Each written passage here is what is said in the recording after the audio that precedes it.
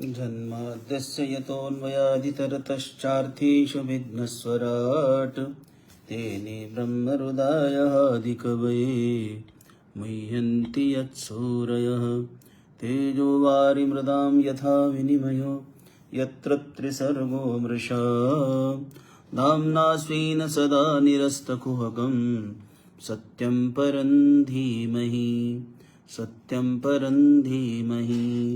धर्मप्रौजितकैतवोऽत्र परमो निर्मत्सराणां सतां वेद्यं वास्तवमत्र वस्तु शिवदं तापत्रयोन्मूलनं श्रीमद्भागवते महामुनिकृते किं वा परीरीश्वरः सद्यो रुध्यवरुध्यते कृतिभिः शुश्रूषुभिस्तत्क्षणात् निगमकल्पतरोर्गलितं फलं शुकमुखातमृतद्रवसंयुतं पिबत भागवतं रसमालयं मुहुरहो रसिका भुवि भावुकाः हे कृष्ण करुणा सिन्धो दीनबन्धो जगत्पते गोपेश गोपिका कान्त राधावल्लभ नमोस्तुते राधावल्लभ नमोस्तुते। बोलिए सच्चिदानंद भगवान की जय, बालकृष्ण कन्हैया लाल की जय। ओम। तो आइए हम अपनी श्रीमद् भागवत की क्लास में प्रवेश करते हैं।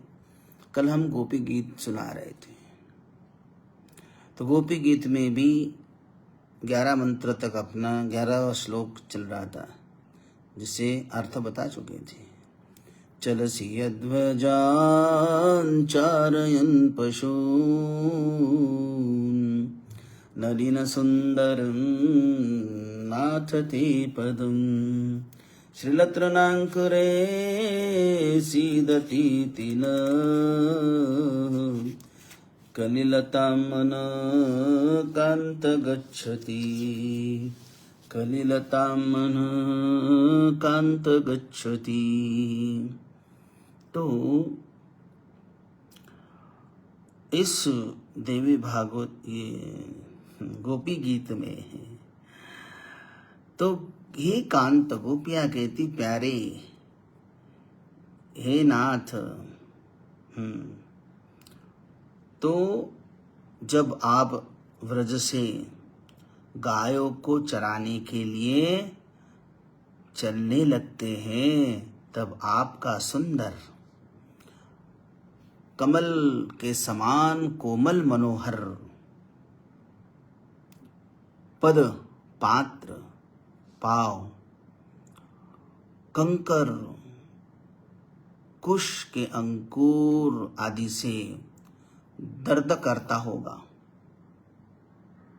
ऐसा सोचकर हमारा मन कलिलताम, बेचैनी, कलिलता मतलब बेचैनी, बेचैन, कलिलताम गच्छति, तो बेचैनी का अनुभव करने लगता है, बेचैन होने लग जाता है।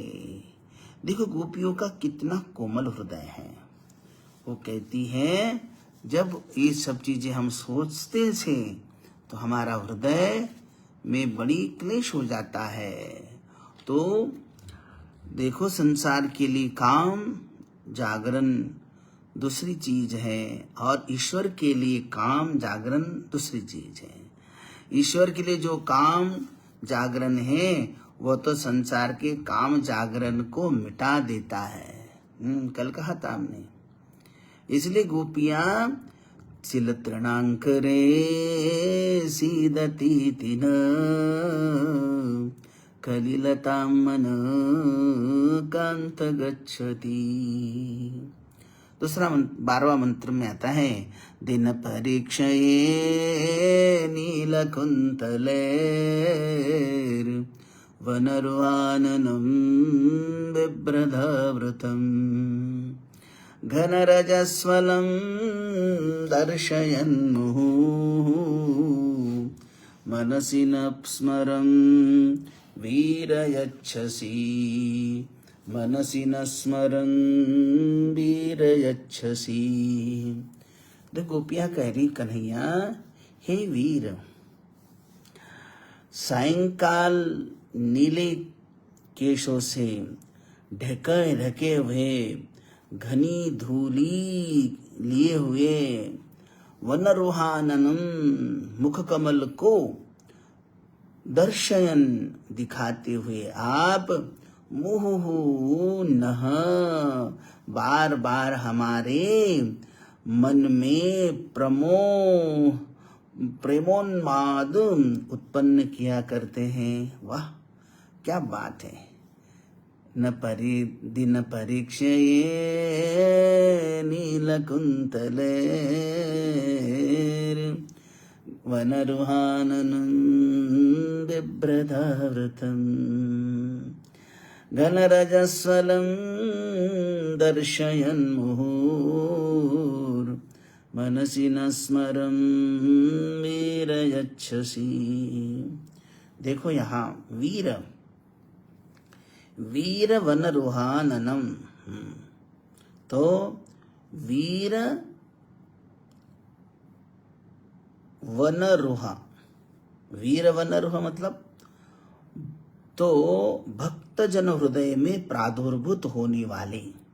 देखो आध्यात्मिक अर्थ है उसमें। हम तो केवल थोड़ा सा ही संक्षेप में बता रहे, लेकिन एक्चुअली अगर वह शब्दर्थ चला जाए, डीप चला जाए, तो वीर वनरुह मतलब भक्त जन हृदय में प्रादुर्भूत होने वाले भगवन दीन परीक्षाई, दीनों के बीतने पर मतलब दीनों के बीतने पर मतलब वृद्धावस्था में, जब जवानी बीतने के बाद अनिल कुंतलैहि, हाँ सफेद केशों से युक्त। भाई वृद्ध होने के बाद तो बाल सफेद होने ही है। तो अनिल कुंतलैहि माने सफेद केशों से युक्त आननम, आननम मतलब चेहरा विभ्रत, आननम चेहरा विभ्रत लिए हुए उसी आपके पदस्पर्शन प्राणी वर्ग को आवृतम, माया के गुण रूपी आवरण से आवृत हुए, एवं घनरजस्वलम, घनरजस्वलम क्या है? काम क्रोधादि महारजोगुण से युक्त हुए, दर्शयत दिखलाकर, नह हमारे, नह मनसी, नह मन हमारे मन से, हमारे मन में स्मरण यच्छसी दिलाते हो। तो गोपियाँ जो है इस तरह, आपने में ज्यादा डिटेल जाएंगे तो बहुत अपना गोपी गीत रह जाएगा। तो कह रहे हैं यहाँ तब जो है मनसि न स्मरं वीरयच्छसि दिन परीक्षये नीलकुन्तलेर् वनरुहाननं बिभ्रदावृतं घनरजस्वलं दर्शयन् मुहुः मनसि न स्मरन् वीरयच्छसि प्रणतकामदं पद्मजार्जितं धरणिमण्डनं ध्येयमापदि चरणपङ्कजं शन्तमञ्चते रमणनस्तनेष्वर्पयादिहन् रमणनस्तनेष्वर्पयादिहन्। हे प्यारे, हे कन्हैया प्यारे, तुम्हारे शांत चरण कमल तो प्रणत जनों की अभिलाषा पूर्ण कर देते हैं।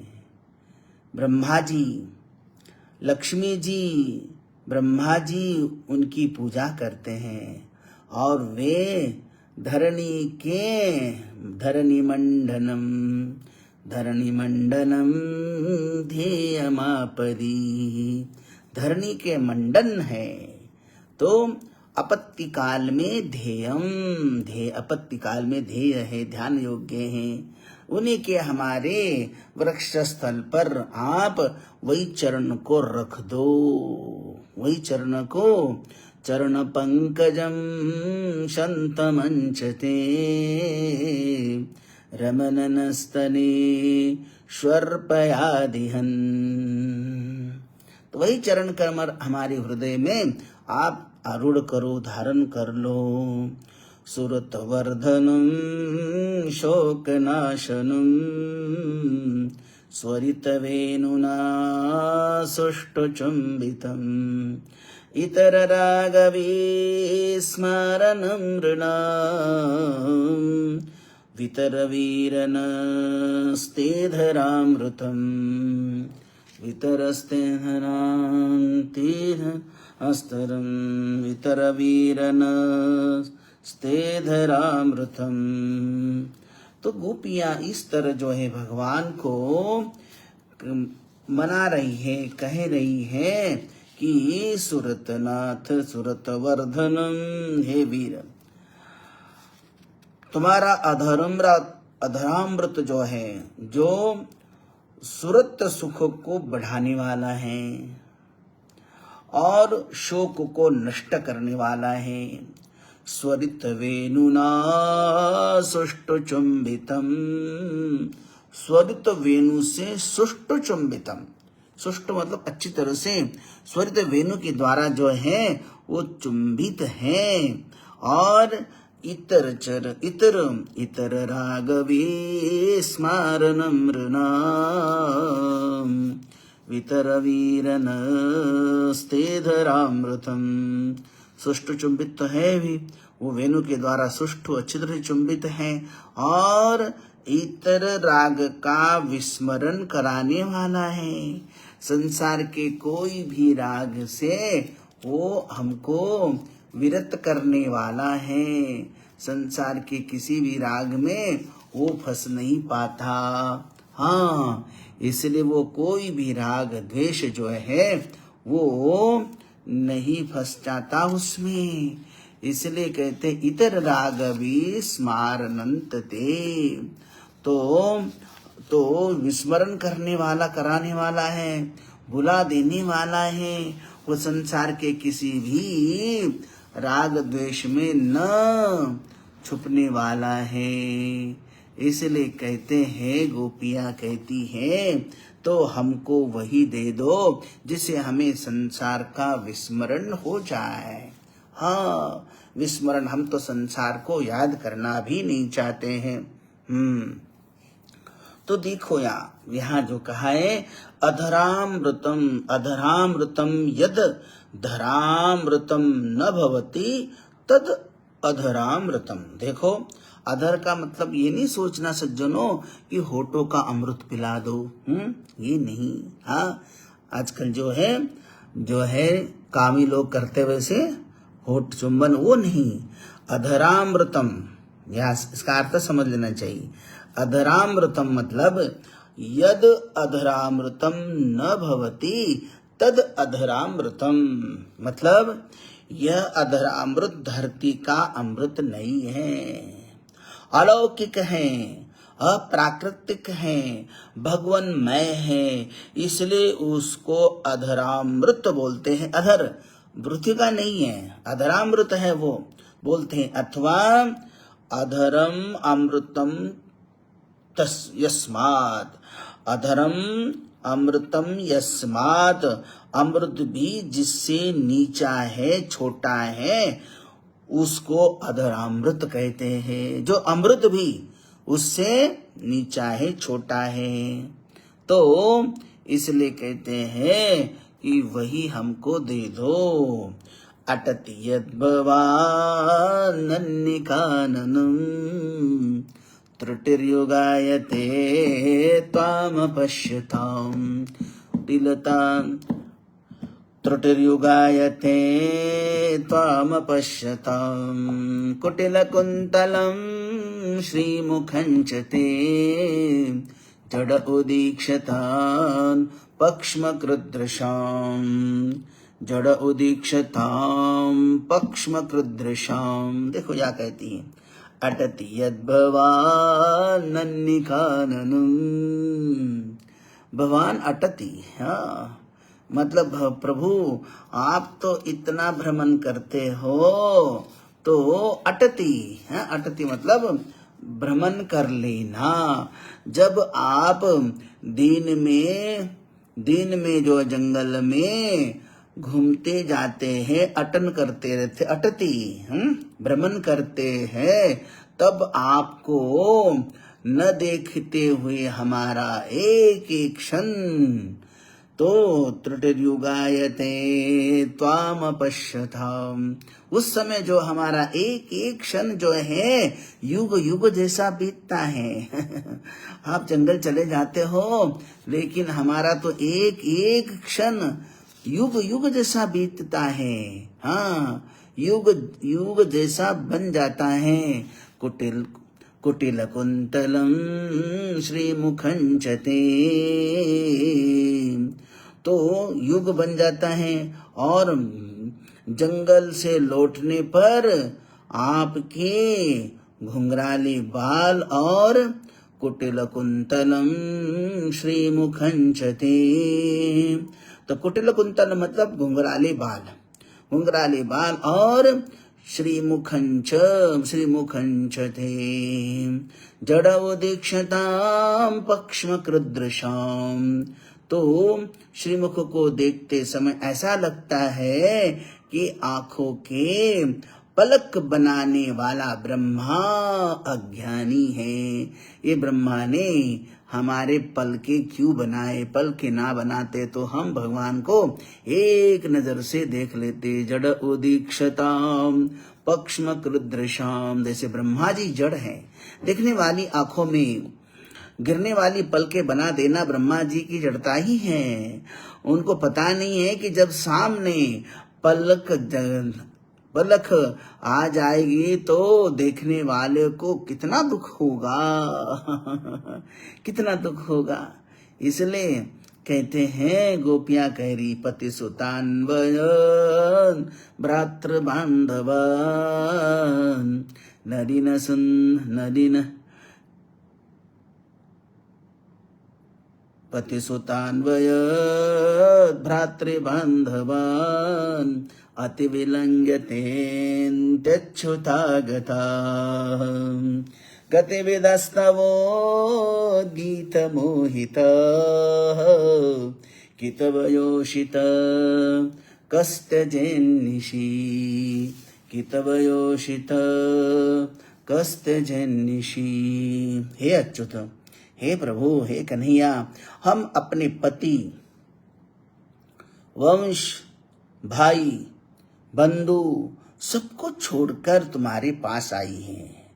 तुम हमारी गति को जानते हो और हम तुम्हारे पास आई हैं। तुम हमारे गति को जानते हो और हम तुम्हारे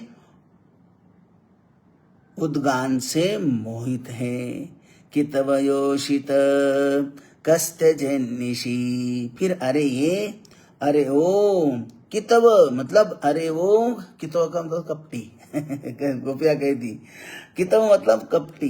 कितवयोषित कस्त्यजेन्निशि, अरे वो कितव, अरे ओ कपटी, तुम ही बताओ कि इतनी रात्रि के समय इस तरह से स्त्रियों को छोड़ना क्या किसी भले मानुष का काम है।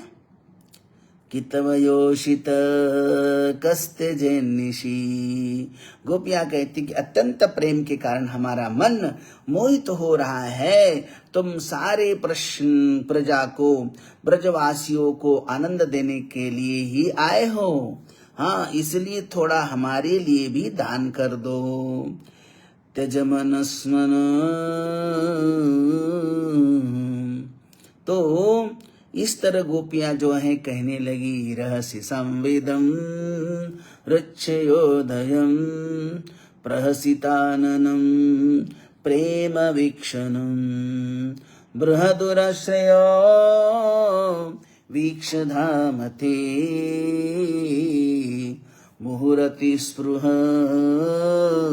मुह्यति मन प्रहसिते मन मुह्यते मन। इस तरह गोपियां जो है अपने प्रियतम परमात्मा को इस तरह उलाहना दे रही है। कैसे उलाहना देती वो?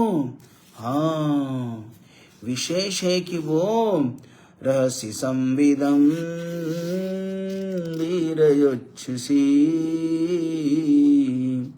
तो गोपियां कहती हैं कि हे वीर, रहस्य संविदम वृक्षयोदयम् प्रहसिताननं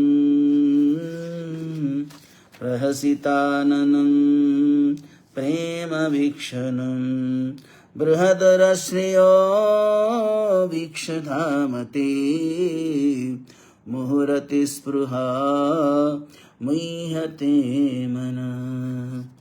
तो यहाँ कहने के हे प्यारे श्याम सुंदर, तुम्हारे हृदय की प्रेमावस्था को भड़काने वाले तो एकांत संकेत वार्ता हसमुख जो है प्रेम वीक्षणम, जो वीक्षणम प्रेम पूर्वक चितवन एवं लक्ष्मी के विशाल वृक्ष स्थल को वीक्ष मुह्य मन में साक्षात्कार कर बार बार अतिस्पृहा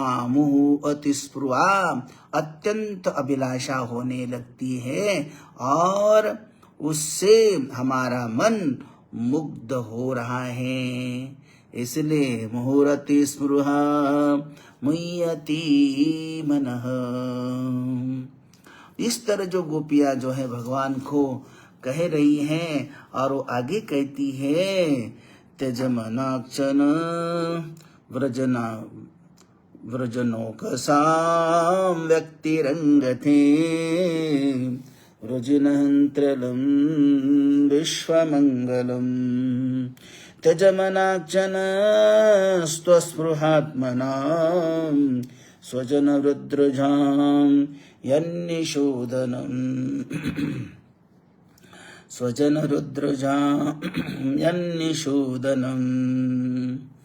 तो गोपिया इस तरह जो है भगवान को, तो हे भगवान, आपका अभिव्यक्ति प्रागट्य जो है ब्रजवासियों के पापों को नष्ट करता है।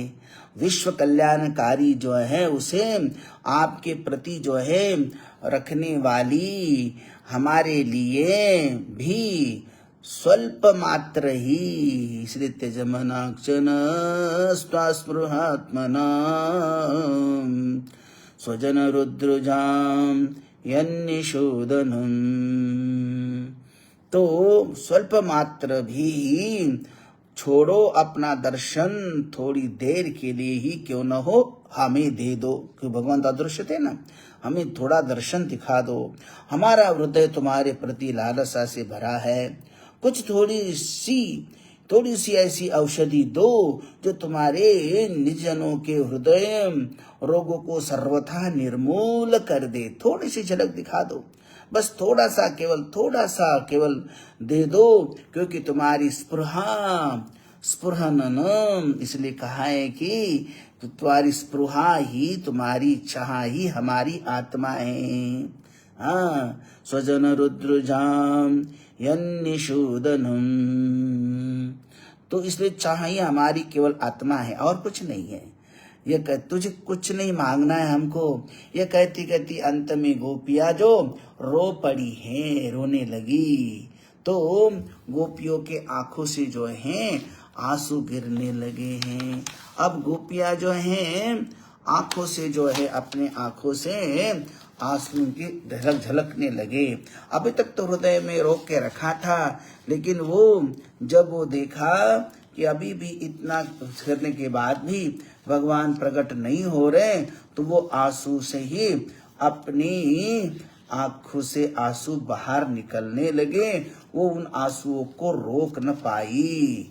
इसलिए जो गोपियां जो है कहती है कि अब गोपियां गाने लगी, प्रलाप करने लगी और उच्च स्वर से रोने लगी। ब्रजवासी को गाना और नाचना सीखना नहीं पड़ता, वह जन्म से ही संगीत और नृत्य लेकर पैदा होता है ब्रजवासी।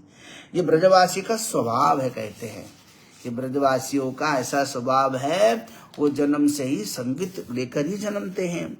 असल में नृत्य और गीत कोई कला नहीं है। हाँ, सांस्कृतिक कार्यक्रम में लोग इतना सिखाते हैं तब भी नाचना नहीं आता। संगीत नृत्य तो प्रेम है, और जिसके हृदय में प्रेम होता है उसके पांव एक एक ताल पर जो है अपने आप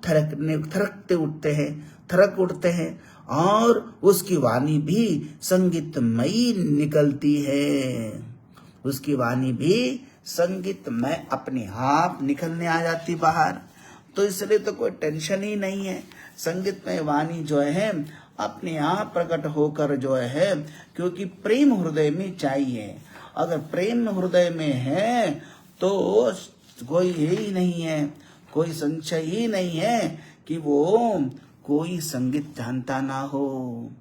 तो इसलिए कहते हैं कि जो गोपियां हैं वो जन्म से ही संगीतमय और तन्मय होकर जो है वो गोपियां गाने लगती हैं। तो कहते हैं यहाँ पर अंतिम मंत्र में कहते हैं, यत्ते सुजात चरणाम्ब यत्ते सुजात चरणाम्बुरुहं स्तनेषु भीताशनि प्रियदधीमहि कर्कशेषु तेनाटवीमटसि तद्व्यथतेन किं स्वित कुरुपादिभिर्भ्रमतिभिर्भवदायुषां नः कुरुपादिभिर्भ्रमतिभिर्भवदायुषां नः। तो कहते हैं कि हे गोपियां कहने लगी अंततः, हे प्यारे हृदयेश्वर, आपके जिस कोमल चरण काल को हम अपने कठोर हृदय पर डर डर कर ही रखती हैं, उस चरणारविंद से आप जंगल में जो है घूमते हैं तो वह कंकर पत्थर जो कंकर पत्थर कटे कुश की जड़ आदि से पीड़ित होते हैं, हो रहे होते, ऐसा सोचकर तो आपके लिए जीवन धारण करना भी व्यर्थ है। कृपादिभिर्भ्रमतिधीर्भवदायुषां नः। हमारी बुद्धि घबराने लग जाती है कि कुश के कटे हुए छोटे छोटे जो ठूंठ होते वो आपको चुभते होंगे। इतना कहकर गोपियां जो हैं अब विह्वल होकर रोती है, तो भगवान वहीं पर प्रकट हो गए। बोलो कृष्ण कन्हैया लाल की जय। तो भगवान प्रकट हो गए। तो एक देखो, जब वैसे भगवान प्रकट हो गए, चारों तरफ अष्ट सखियों ने घेर लिया, बाकी हजारों गोपियां सबने घेर लिया। तो एक गोपी ने श्री कृष्ण का हाथ पकड़ लिया, दूसरी गोपी ने उनकी बाहों को अपने कंधे पर रख लिया, तीसरी गोपी ने उनका तांबुल चर्बित ले लिया, चौथी गोपी ने जो है उनके चरण को अपने हृदय पर रख लिया। किंतु पांचवी गोपी ऐसी हैं, एका भ्रुकुटी माबध्य। तो एक जो है एका भ्रुकुटी माबध्य, जो दूर खड़ी हैं और अपनी भौवें टेढ़ी करके प्रेम से देख रही है, पास में नहीं आ रही, दूर खड़ी है, वो अपने होठ दबा रही है, मानो कटाक्ष से प्रहार करना चाहती हैं। तो महात्माओं ने बताया कि यही राधा रानी है। तो यही राधा रानी जो दूर खड़ी हैं और कटाक्ष से अपने होठों को भी दबा रही हैं। छठी गोपी मन ही मन ध्यान कर रही है और सातवीं गोपी जो है समाधि लगाकर बैठी है, ध्यान लगाकर बैठी है, समाधि लगाकर ओढ़नी बिछाई। हाँ, तो समाधि लगाकर बैठ गई। तो गोपियों ने अपने लिए अपनी ओढ़नी, भगवान के लिए अपनी ओढ़नी बिछाई। हाँ, योगेश्वरांतर हृदय कल्पितासन। देखो यहाँ पर गोपियों ने अपनी ओढ़नी, अपनी चुनरी, ओढ़नी मतलब चुनरी, चुड़नी जो न जाने कितने बार अपना मुख पूछा, नाक पूछा, पसीना पूछा होगा, ऐसी ओढ़नी गोपियों ने बिछा ली और उस पर भगवान श्री कृष्ण बैठ गए, बिठा दिए, बैठो, बैठ गए। बड़े बड़े योगेश्वर, योगेश्वरांतर हृदय कल्पितासन। हाँ, बड़े बड़े योगेश्वर भगवान के आसन की कल्पना अपने हृदय में करते हैं, पर वहां तो बैठे दिखते नहीं हैं और वहां गोपियों की पुरानी ओढ़नी पर विराजमान हो गए। ओढ़नी भी ऐसी जिससे वृक्षस्थल का कुमकुम लगा है, आंसू लगा है, आंसू लगे हैं, आंसू पूछे हैं, मुंह पूछा हुआ है और कई बार नाक भी पूछा हुआ है, फिर भी भगवान उसमें बैठ गए। हाँ, इसलिए कहा कि योगेश्वरांतर हृदय कल्पितासनम, योगेश्वर के हृदय पर आरूढ़ होने वाले भगवान आज उस मैली कचोली ओढ़नी पर बैठ गए, चुनरी पर बैठ गए। तो गोपियों ने भगवान से प्रश्न पूछा। भगवान से प्रश्न करती है गोपिया, पूछती है कि कन्हैया बताओ, कुछ लोग तो ऐसे होते हैं जो प्रेम करने वाले से प्रेम करते हैं, बराबर।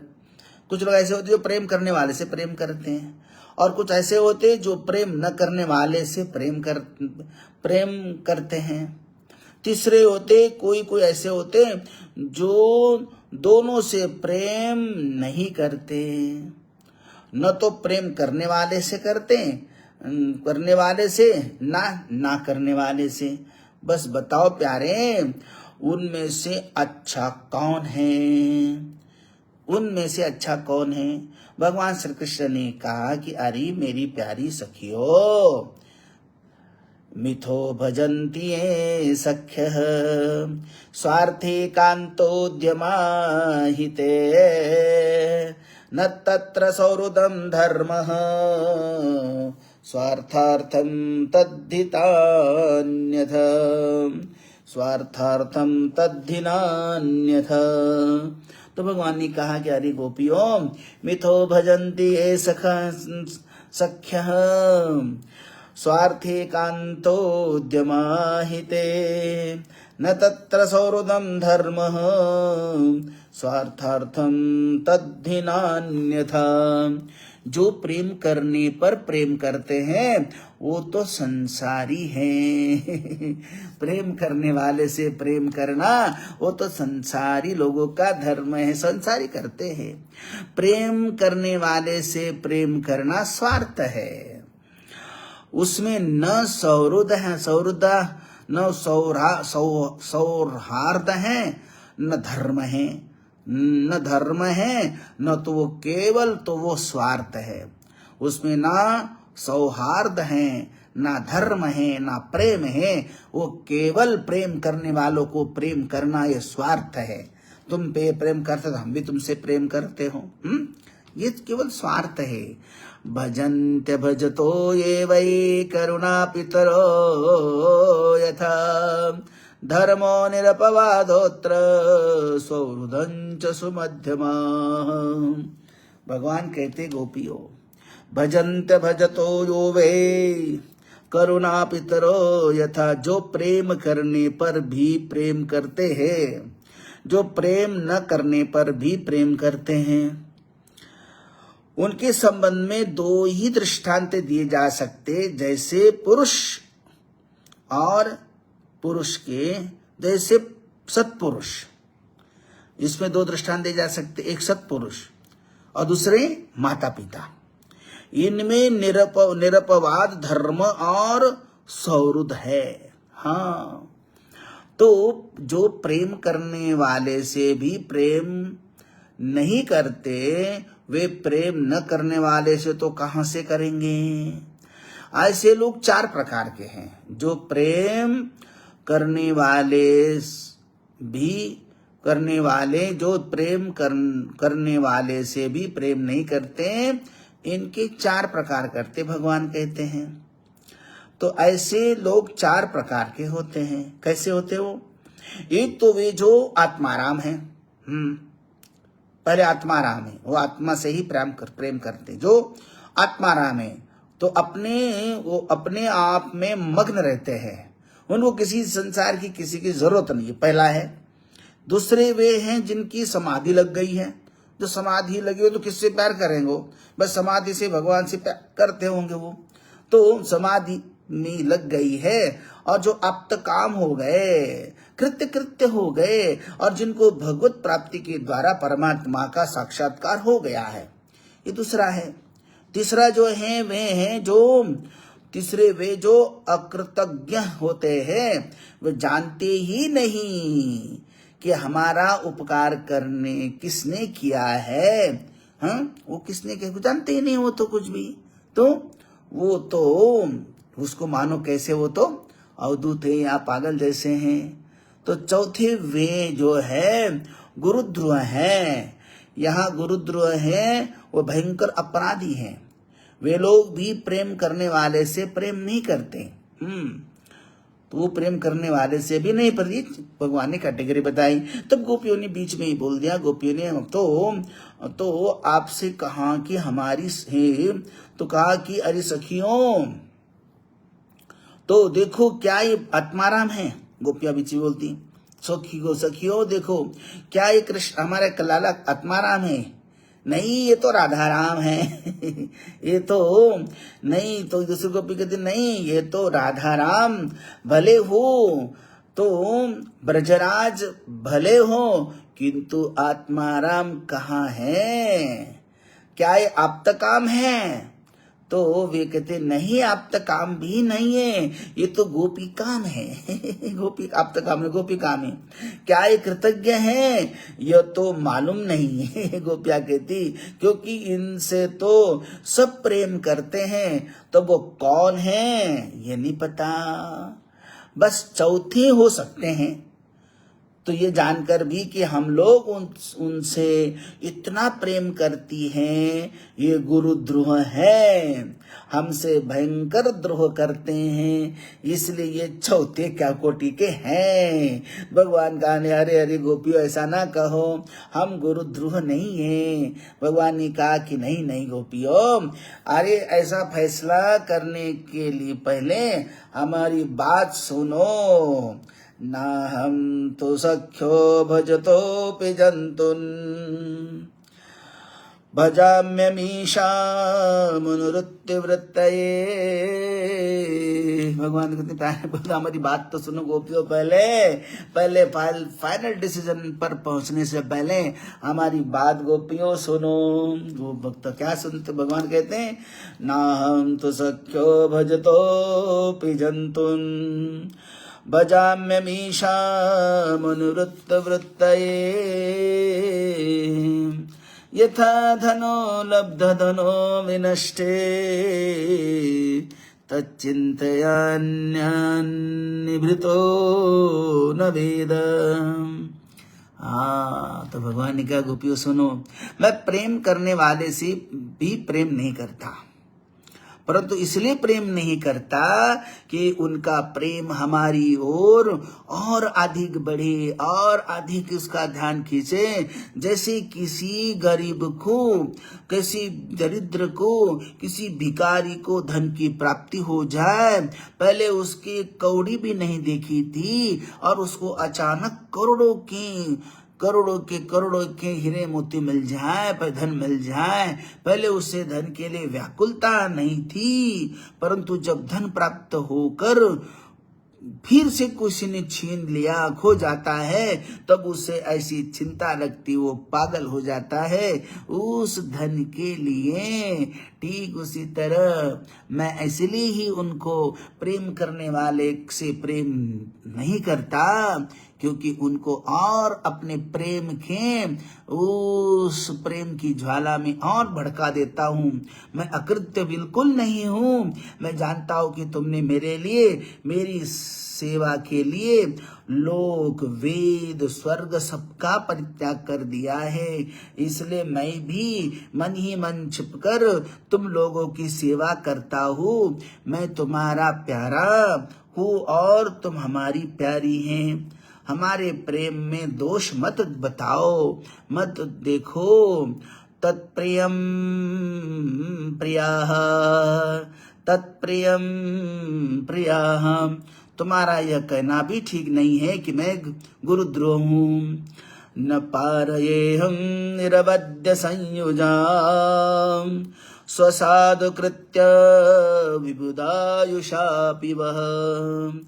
यामा भजय यामा भजन दुर्जर गहे श्रृखंकला सम्भ्रश्च तद्व प्रतियातु साधुना, प्रतियातु साधुना।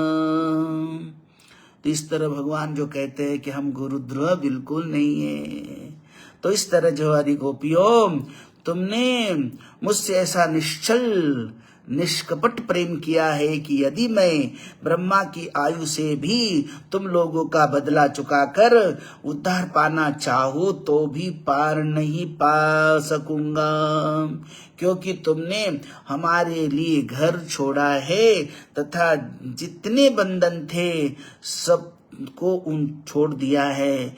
तुम तो साधु हो और अपने शील स्वभाव से भी हमें ऋण कर सकती हो, ऋण कर सकती हो, इतना ऋण तुम्हारा है, ऐसा भगवान ने गोपियों को कहा।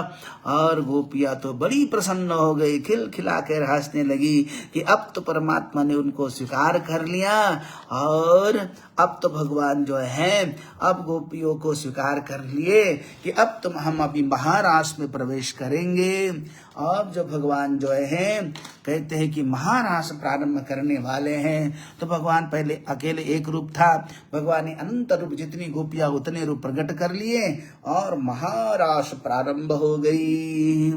हाँ, तो अब जो है हर गोपिया जो है, लेकिन उनको तो है कि मेरा कन्हैया मेरे पास है, क्योंकि जितनी गोपियां उतने कन्हैया। तो फिर महारास प्रारंभ हो गई। अब थोड़ा सा विचार करेंगे कल के लिए, अपना समय हो गया। कल देखते हैं कि अब भगवान महारास में वो कैसे महारास करते, और महारास किसको कहते हैं। महारास हो गई तो भगवान की मंडली सज गई, तो भगवान को अब जो है हम महारास करने देते। फिर कल के संक्षेप में देखेंगे कल इस महारास का क्या अर्थ होता है। बोलो कृष्ण कन्हैया लाल की जय, बाल कृष्ण कन्हैया लाल की जय।